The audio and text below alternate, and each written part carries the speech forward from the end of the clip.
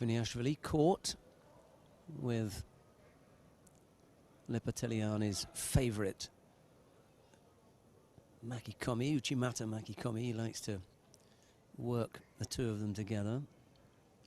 Traps the sleeves on this occasion and winds his opponent around the right arm, whilst using that right leg to sweep up. A little bit of it was in there, but that's the...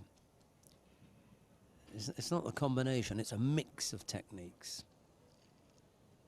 I think if we use the term combination, we're suggesting that one thing follows another.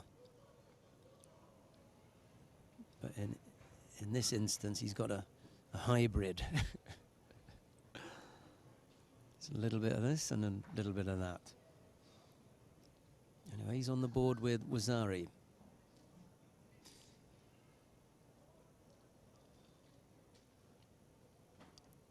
Two minutes gone, both fighters taking a bit of a pause after the score to collect themselves.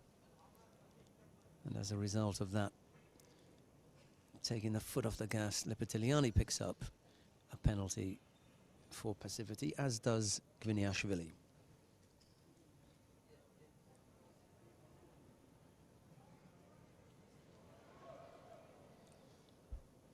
Four times they've gone head-to-head on the international circuit.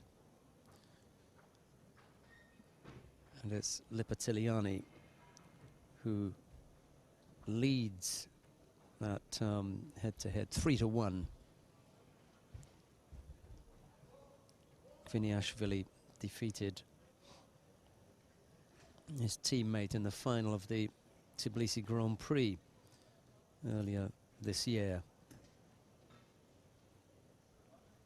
And then Liparteliani kind of got his own back a couple of months ago at the European Championships in, well, the European Games in Baku.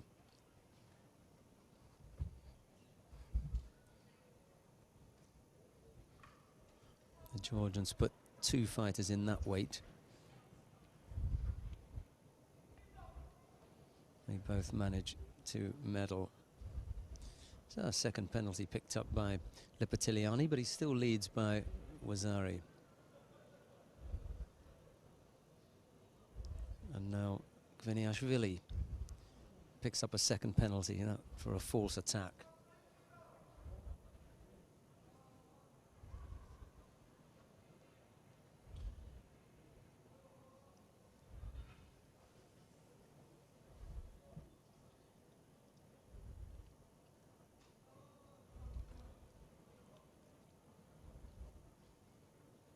As Liparteliani it was who put his head underneath.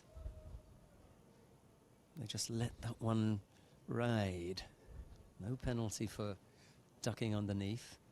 Normally if that doesn't follow, then whomsoever it is that's got their arm over the other side, they get penalised, but they let that one go nicely. Didn't hang, it wasn't on there for too long, and it didn't get in the way of the contest. Inside the last minute now, Gviniashvili just trying to make sure that Liparteliani doesn't get that right arm up and around the collar. That's when he feels the danger. Oddly enough, it was Liparteliani who broke it off. Again, both fighters. 3 apiece.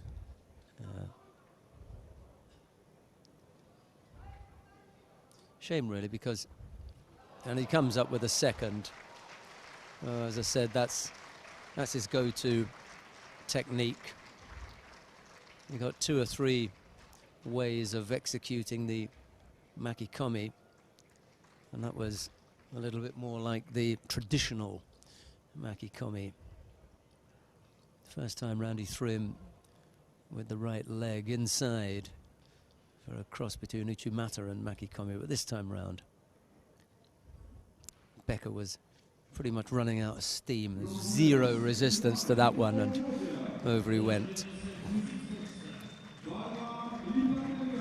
Yes, that'll be another picture. Last time it was the other way round.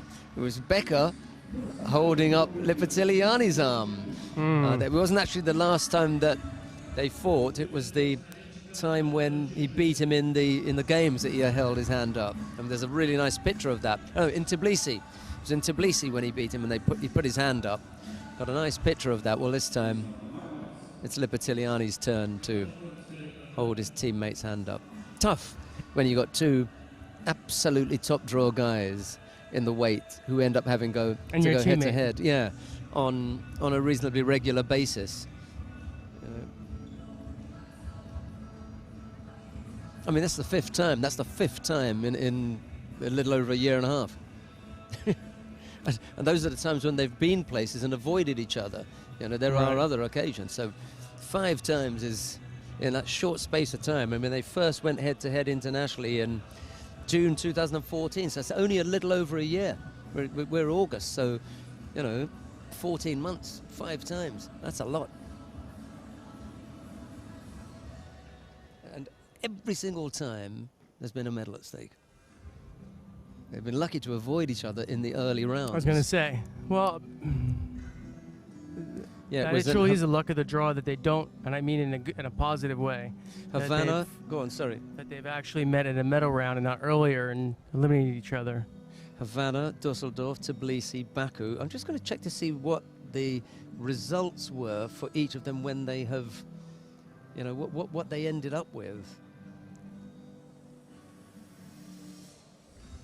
Yeah, see, they've medalled every time. No fighter, neither of them has knocked the other one out and then left them medalless. But on this occasion, Gviniashvili leaves without